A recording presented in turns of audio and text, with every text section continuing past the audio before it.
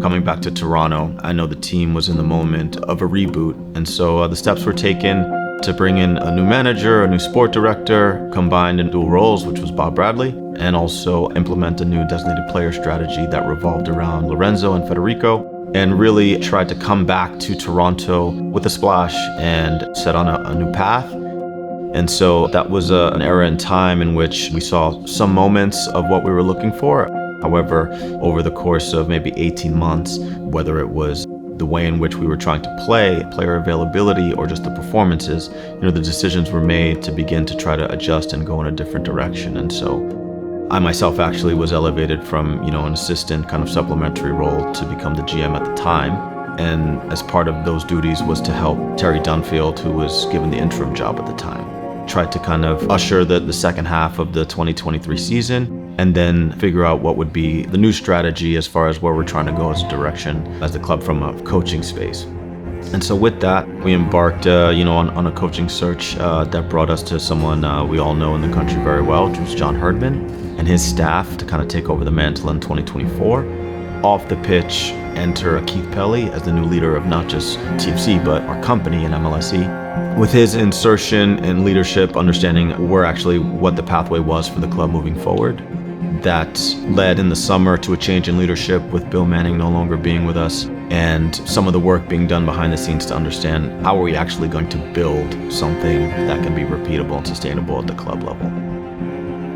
At the end of the season in 2024, John Herdman made the decision to resign, and so that once again put us on a path to, understanding what would be the best strategy moving forward to usher in a new first team staff with some new ideas on how we want to work as a club.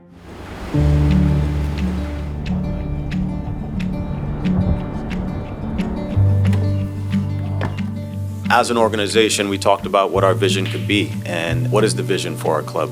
And for us, very simply, it's now reestablishing ourselves as a globally recognized club with a commitment to excellence and a standard of excellence on the pitch, player development, in business, and really in innovation. With that, I want to take this time, a very, very exciting time, to introduce our new head coach, Mr. Robin Fraser. What is widely known and what we know very well is Robin is someone of the highest integrity, a great man, and someone that is very well respected in football, and especially in MLS, and especially in Toronto. And so for us, it was a very, very great process to get with Robin and understand some of his ideas about what we are and who we hope to be, and very lucky to be working with him, and we're glad to welcome him today.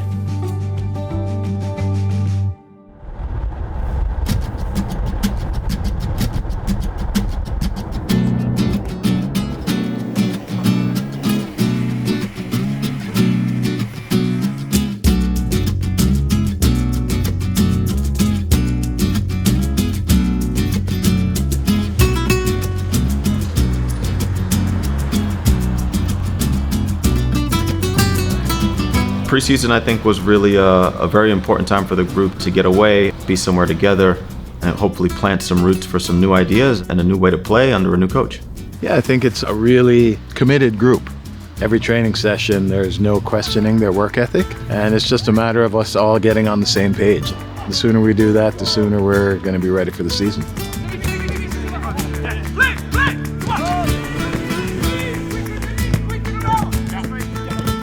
Give us a quick rundown of the members of your coaching staff. The names would be Neil Emblin, Simon Eady, Stephen Betashore, Waldy Harris. I guess you might include Jace, who's our video analyst. From minute one, I sort of hit it off with Rob and could see the game in the same way he does, and just learning off of him. I've known Robin for a long time, and we share a lot of similar mindsets as far as defending principles, and so my focus is mainly with the back line, back six, if you want to say it. I'm predominantly working with the forwards and all the attacking players. Second ball goes to the winger. I think he's a great leader in the sense that he allows you to work to your strengths. It's very collaborative, and that for us, it allows us as a staff to be ourselves, and I think it works to our strengths. The bottom line, too, with all of them is that they're such good people. And that was one of my big things I wanted to get.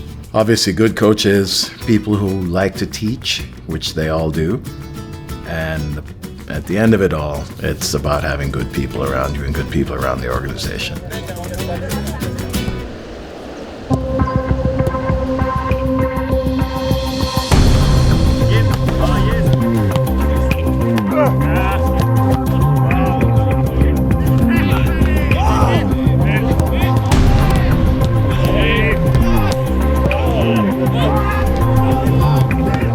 this is going to be a collective effort. And that's really, really important, that there is bonding and that there is trust and that guys work for each other and they'll trust the guy next to them. And to be quite honest, a lot of those things manifest themselves in trainings. The more interesting part is probably how their personal relationships develop. And a lot of that happens out of my eyes. Of course, we need more time because it's not time enough. Explain for 3 weeks, you need practice. But if you get the idea, this is the important thing, you know? You have to get the idea, and after, day by day, week by week, you can work on it.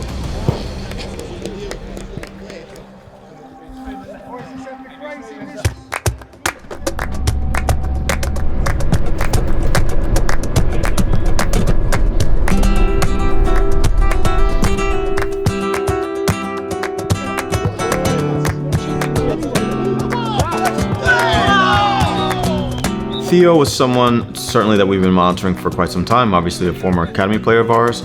Theo brings a lot of tools that I think speak to what we're trying to do, and that's having players out wide who can be direct, who can play in the counter, who can put opponents on their back foot and look to deliver in the final third. Speaking to Jason when I was in Granada, he sold the project really well to me. It's just the entire idea, you know, of playing in the MLS, playing for my hometown team, you know, playing for my boyhood club. And I mean, all of us attacking players, that's what we pride ourselves with, you know, to score goals, to get assists, to create.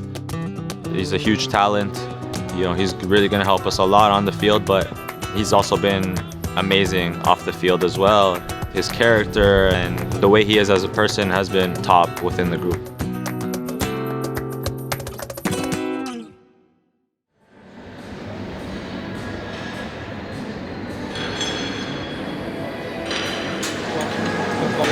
Lorenzo, the idea is still the same? I know. The end of the window, like Feb 1, we'll have a decision to make, you know? What I really feel like the situation that puts Robin in is very difficult. New message, new ideas, try to bring the group together. We just have this one big piece that you need to.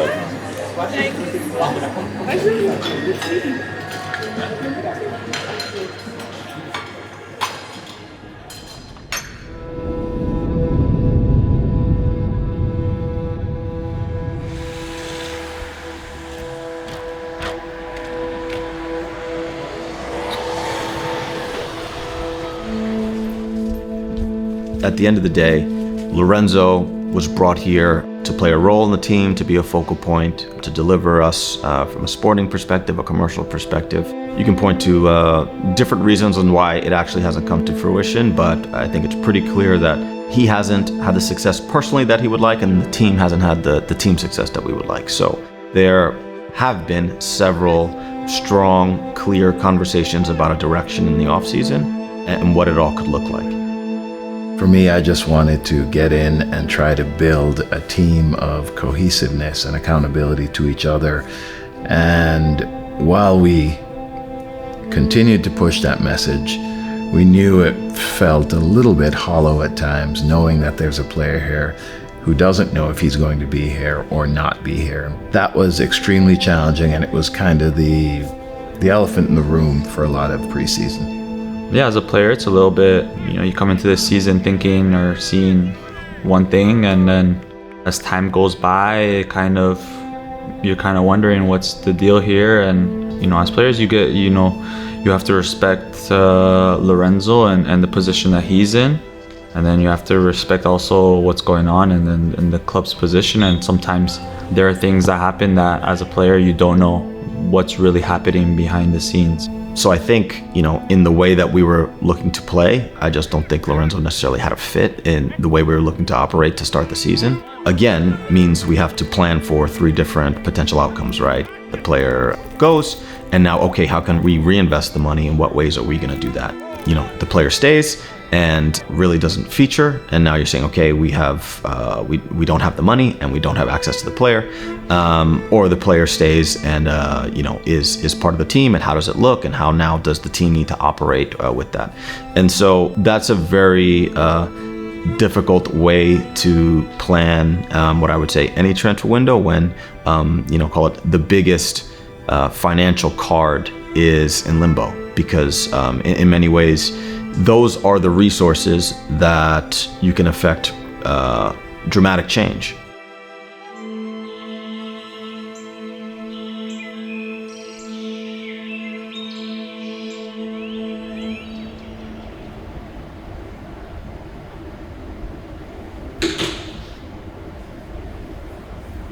Let's jump into it quick. So we'll potentially go down, call it some of the names. Obviously, the first one is clearly the most pressing one. So understanding we've kind of gone back and forth with the club, getting a little bit of trying to close the gap. I think anytime we operate through a third party, to what level we want to put our full belief in the transaction and how it's going to come off and where we actually are in this point. So I think really the indication, if we receive called the second counter, for me is just a green light to go see if we can try to hammer out a deal. With that in hand, I think it makes sense. So then I think, Seb, that's where you come in and we organize. So hopefully in the next couple of hours we get that indication from the club, and then we can take the next step there.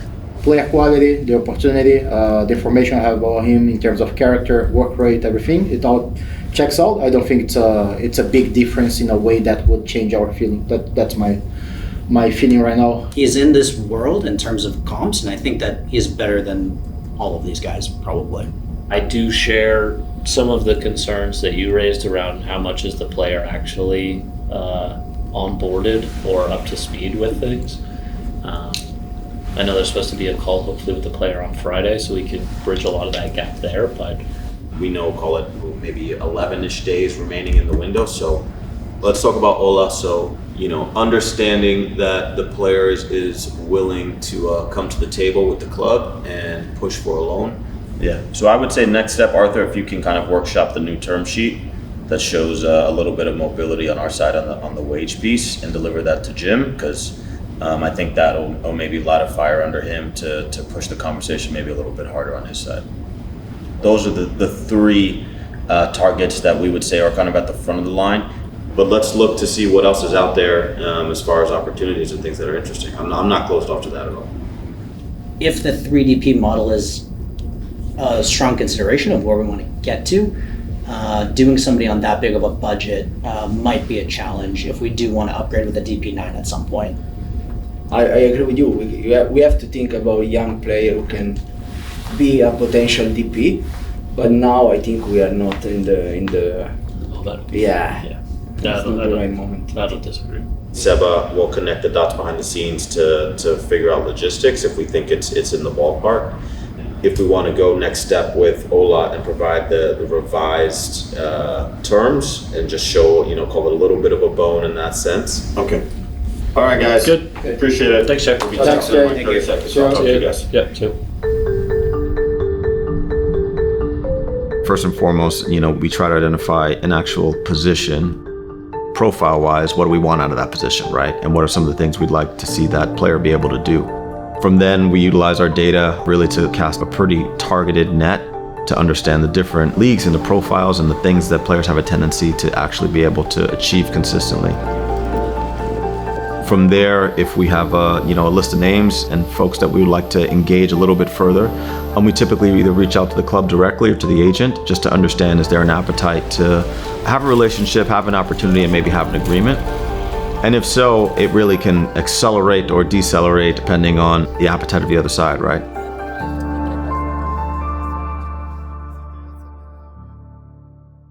More or less, I already had contact because my father is the manager that bring Michael Bradley to play in Chievo Verona and then to Roma. Yeah. So we follow him for many years, and he also make the deal from Roma to Toronto. Yeah. So tomorrow we will have the meeting at 1:30. Okay. The former player for Toronto, Sebastian Giving. Oh wow, the atomic hand. He's coming. So yeah, you know, a player who came from Serie A to come to Toronto, speak what it's like for him, for his family. You know, clearly since the end of last year, Seba has been integrated with our scouting team and with myself in speaking through different strategies and the actual, I would say, meat and potatoes of looking at players and identifying players and coming to a decision on players. Okay. And I think also what's positive is in the summer, Atlanta United came for the player, tried to get the player. It didn't work. But already the player probably has thought about MLS, he's thought about the situation. So I think maybe 1 o'clock we go to talk with the club about the player. We're here means they think there's a chance for a solution. So we listen to what they say. And what I would say is though, like, I know it's a big effort to come here and have the conversation, but if the conditions aren't right for us, I'm not afraid to get up and say no thank you and we go. So They're still working on the other line. yeah. You know, when Toronto FC shows up to a table to talk about a potential player, people look at us as we have lots and lots of excess money to spend. And so when we have conversations on surface level and we believe the wages will be X and the transfer fee will be Y, but when we walk to the door, that doesn't always add up, right? And sometimes the numbers become more prohibitive.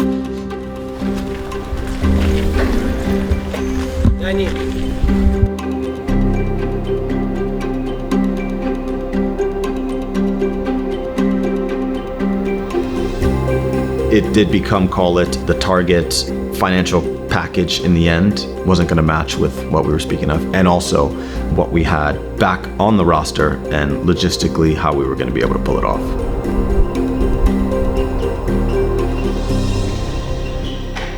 This is our home. Happy hour. You met everyone? This is Sebastian. Sebastian, nice to meet you. Okay? Thank you. We're quite happy that we were able to secure Ola. Obviously, it's similar to Theo. It is a loan with a purchase. Call it the two, almost had a quite different way of coming about when you talk about the streamlined efficiency of way to get one done, and a one like Ula that took a little bit of time just because of all the other variables that were involved with it. What number do you want? I gotta see what we have. Number 9, I guess. It's available. You want it? Yeah. Yeah. Okay. I was still a player when we started these negotiations, and now I'm tired. All right, I'm gonna get this all set in. Awesome. Thank you. Thank you. Welcome on. Thank you. Very excited. Yeah, it took a while to be honest. My club wanted to wait until the European window was closed, and every single day I heard, "Oh, you might travel tomorrow."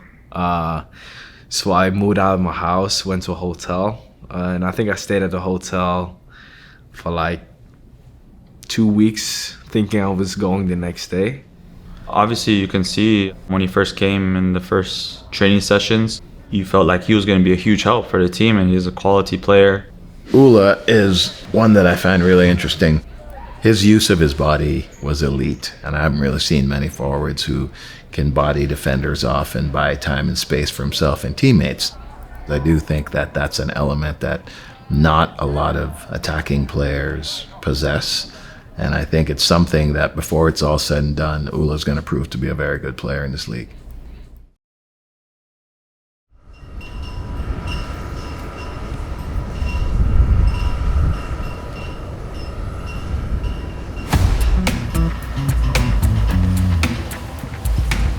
No way! Wow! All red!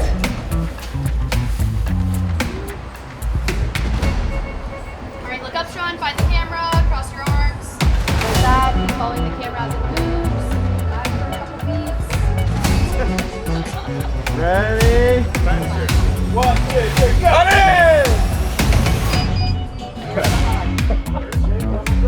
Hey, put your hands out like this, It's wings, bro.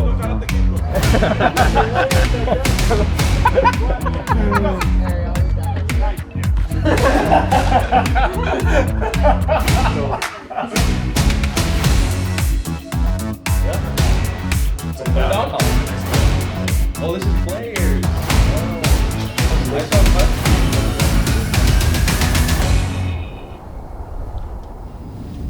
Any further dialogue around center backs, Jay, with just a few extra days of eyeballs and feelings and all this kind of stuff? Yeah, I would say no one in the staff would be opposed to understanding what we could do in the center back space. A U22 center back, to me, could make sense. I could wrap my head around it. And is it safe to assume that athleticism is sort of the 1A feature that we're looking for here? Yes, the luxury of kind of being able to progress the ball and break lines is fantastic, but an idea of does this player have a sense of danger and defending what needs to be defended, I think it would probably be more of a premium than the other things. Okay. You talk about trying to replenish the center back space with some talent. We do think Zane, with his profile, his experience, is quite a big step from his predecessor. From early days, we threw Zane straight into the fire straight away, and he was able to hold his own, and so we're hoping for him to continue to grow throughout the season. TFC came up on my radar through my agent. So then I obviously done a little bit of research, found a little bit about the league, a little bit about the team, the players. There's a big change for me, obviously, coming from London, but I thought, I was ready to take the gamble and see how it pays off. But finally it went through. I traveled over here to do the medical, then straight to Florida, meet up with the team. So it was kind of hectic the first week, but a good start. Met up with the guys, all the staff members, everyone who works here at Middlefield. It was top experience. Ola, firstly, is a very, a good mate for me, and we speak a lot off the field, on the pitch as well. He's always getting himself in good areas. He's making good runs. He's smart. He has a high football IQ. He understands what it means to be a striker. He was previously a winger as well, and I can learn from him because obviously he has a vast amount of experience in Europe, and he's older than me. So, I like to take tips from him as well. Zane is a young player that join us. I think he has a good talent, great potential to help us. Very, very good sign from the off-season. A good group. I felt welcomed as soon as I joined. Everyone greeted me with respect, which is good because obviously that's your first impression that you take. I like it. It doesn't have to be get it.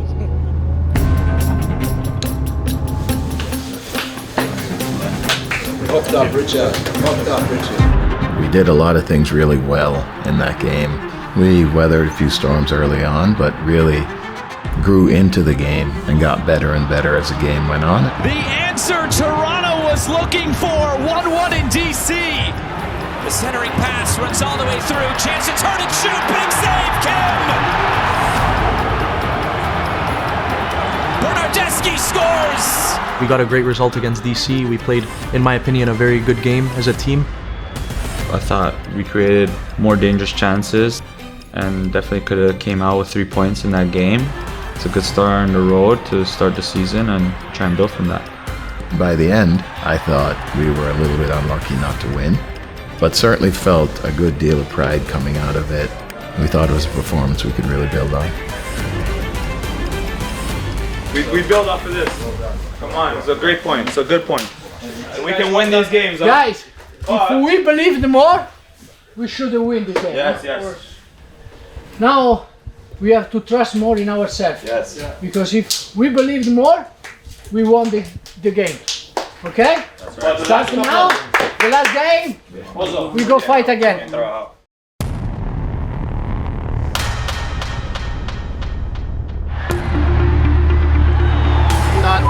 engaged. You're not engaged. You're going to lose this weekend.